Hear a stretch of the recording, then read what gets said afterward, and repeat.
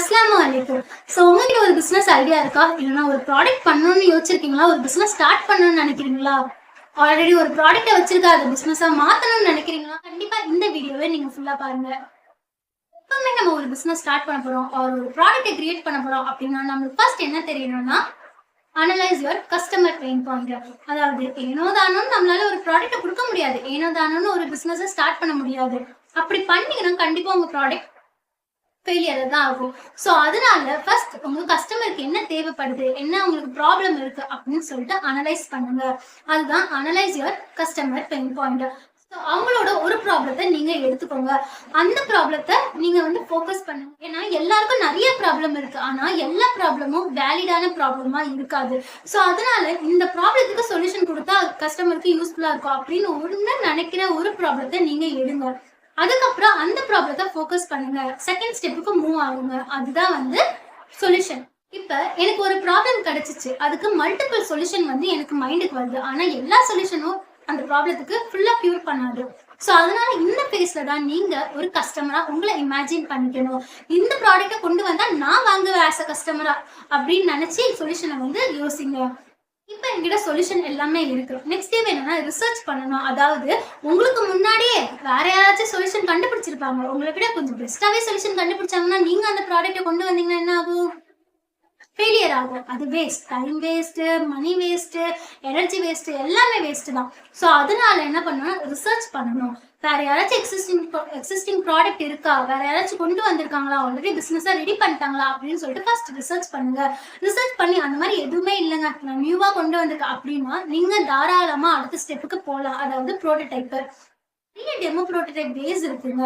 3D printing பண்ணலாம், sketch பண்ணலாம், வீடியோல காட்டலாம். ப்ரோட்டோடைப் பண்றதுக்கு நீங்க கார்ட்போர்டு அந்த மாதிரி சின்ன விஷயங்கள் கூட யூஸ் பண்ணலாம். அதுல இருந்து ஏதாச்சும் ஒன்று எடுத்து டெமோ ப்ரோட்டோடைப்பை நீங்க ரெடி பண்ணுங்க. ஸ்டெப் பார்த்தீங்கன்னா ஃபண்டிங். அதாவது இப்ப நீங்க பண்ணிருக்க டெமோ ப்ரோட்டோடைப்க்கு ஃபண்டிங் நீங்க தாராளமா கேட்கலாம். ஆனா எப்படி கேட்கணும்னா பிஎம்சி ரிலேட்டடா கேட்கணும். ஏன்னா நம்ம ப்ராடக்டா பிசினஸா மாத்தப்படும். அப்ப பிசினஸா மாத்தணும்னா கண்டிப்பா நமக்கு பிசினஸ் மாடல் கேன்வாஸ் தெரிஞ்சிருக்கணும். அதாவது பிஎம்சி தெரியாம நீங்க போயிட்டு ஜஸ்ட் ப்ரெசென்ட் பண்ணீங்கன்னா கண்டிப்பா அது வேலைக்கு ஆகாது. அதனால பிஎம்சியை பத்தி நல்லா ஸ்டடி பண்ணிக்கோங்க. பிஎம்சி ரிலேட்டடா நீங்க உங்க ஐடியாவை ப்ரெசென்ட் பண்ணுங்க.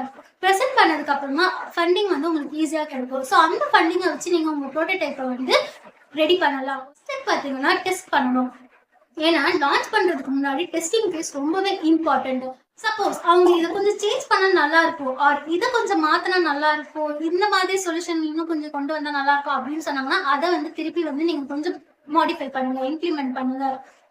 அதுக்கப்புறமா உங்களோட ப்ராடக்டை நீங்க ஒரு சக்சஸ்ஃபுல்லா ரெடி பண்ணிட்டீங்கன்னா என்ன பண்ணணும்னா லான்ச் பண்ணணும்.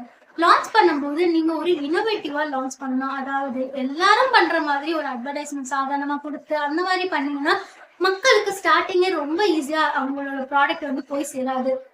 வேற ஏதாச்சும் இனோவேட்டிவா எப்படி அட்வர்டைஸ்மெண்ட் கொடுக்கறது, எப்படி ஈஸியா மக்களுக்கு நம்ம ப்ராடக்ட்டை பத்தி எக்ஸ்பிளைன் பண்றது அப்படின்னு சொல்லிட்டு யோசிங்க.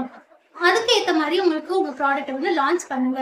அதுக்கப்புறம் பாத்தீங்கன்னா ரிசர்ச் பண்ணிக்கிட்டே இருக்கணும். ஏன்னா நான் ப்ராடக்ட் முடிச்சிட்டேன், டெஸ்டிங்கும் பண்ணிட்டேன், ஃபண்ட் வாங்கிட்டு என் ப்ராடக்ட்டை ஃபுல்லா முடிச்சுட்டு பிசினஸும் ஸ்டார்ட் பண்ணிட்டேன். இதுக்கப்புறம் என்ன, நான் பிசினஸை பார்த்துட்டு போயிடலாம், நான் ஒரு பிசினஸ் மேன் ஆயிட்டேன், பிசினஸ் உமன் ஆயிட்டேன் அப்படின்னு மட்டும் நினைக்காதீங்க.